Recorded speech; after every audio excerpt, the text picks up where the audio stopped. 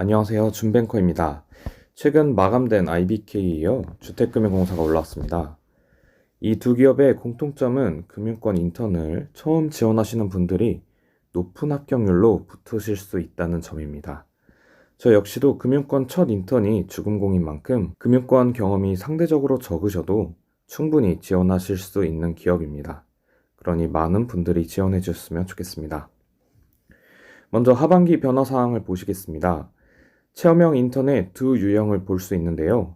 일반 1은 지사 근무이며 일반 2는 심사지원센터 근무입니다.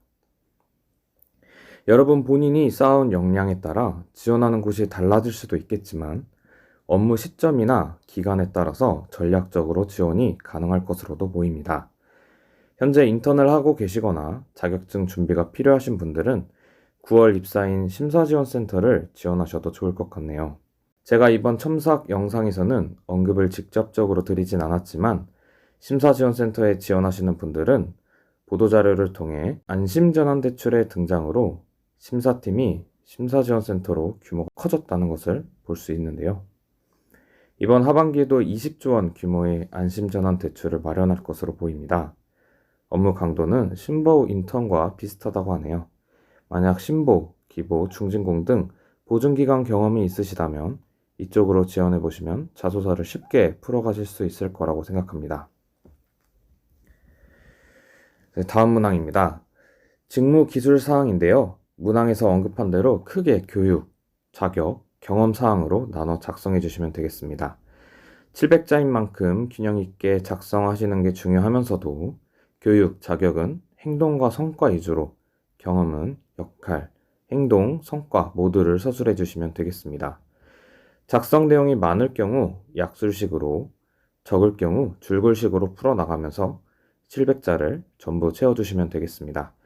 기재사항에 대해서는 증빙자료와 심층 검증이 이어진다고 하니 유념해서 작성해 주시면 되겠습니다. 다음은 지원동기와 입사 후 포부입니다. 주금공 지원동기는 금융과 공익에 결합된 두 요소가 꼭 필요합니다. 금융적 요소로는 국민 주거 안정과 주택시장의 변화가 국민들을 위해 안정적으로 정착되어 장기적인 공급 역할이 되어야 한다는 동기를 통해 본인의 공익 경험과 결합되어야 합니다.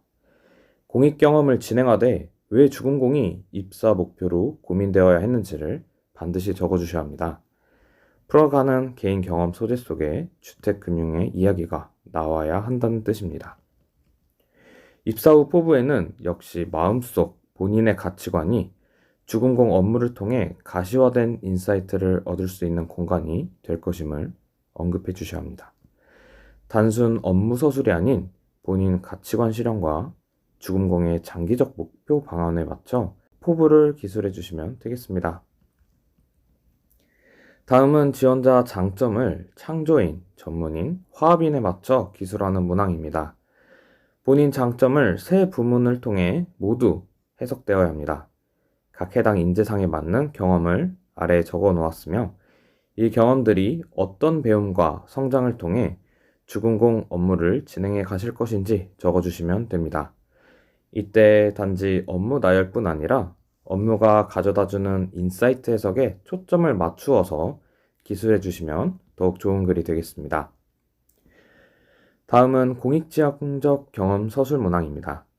이 문항은 공익 경험을 적는 것도 물론 중요하지만 스토리텔링이 중요한 문항입니다. 다시 말해서 경험 이전의 동기와 경험을 통한 앞으로의 행보가 더욱 궁금하다는 뜻이겠죠. 단순한 경험을 통해 검증하기가 어려운 만큼 본인의 동기와 태도, 가치관 등을 통해 이 경험을 해야만 했던 이유를 적어주셔야 합니다. 동기가 강력할수록 공익지향 경험이 일시적이지 않았음을 인사 담당자님들께 어필할 수 있겠죠. 이 부분에 한 번 더 확신이 들 수 있도록 현재까지도 지속적으로 어떤 공익지향 관점을 갖고 살아가며 현재도 무슨 공익 활동을 하고 있는지 보여주시면 더욱 좋겠습니다. 만약 그런 부분이 없다면 앞에 2단계만 적어주셔도 무방합니다. 다음은 제일 중요한 문항입니다. 제가 예전 21년도 주금공 인턴 영상을 올렸을 땐 이 문항을 맨 앞으로 가져다 놓았습니다. 그만큼 중요함을 강조했고 이 문항은 면접 시에도 자주 출제되는 문항인 만큼 신중하게 접근하실 필요가 있겠습니다. 공사 사업 분야는 다음과 같으며 주근공 홈페이지에 들어가면 관련 용어 그리고 가이드가 잘 나와 있으니 직접 정리해보고 관심 있는 분야를 적어주세요. 본인이 쌓아온 경험과 유관되는 분야면 더욱 좋겠으나 그렇지 않을 부분이 많을 거라 생각합니다. 다시 말해 중요한 업무이긴 하나 아직 우리들에게 와닿는 상품이 아니기 때문에 이 상품이 살아가면서 우리들에게 왜 필요한지를 깊게 고민해보고 본인이 살아온 경험에 충분히 녹일 수 있겠다고 생각이 들 때 그 상품을 적어주시면 되겠습니다.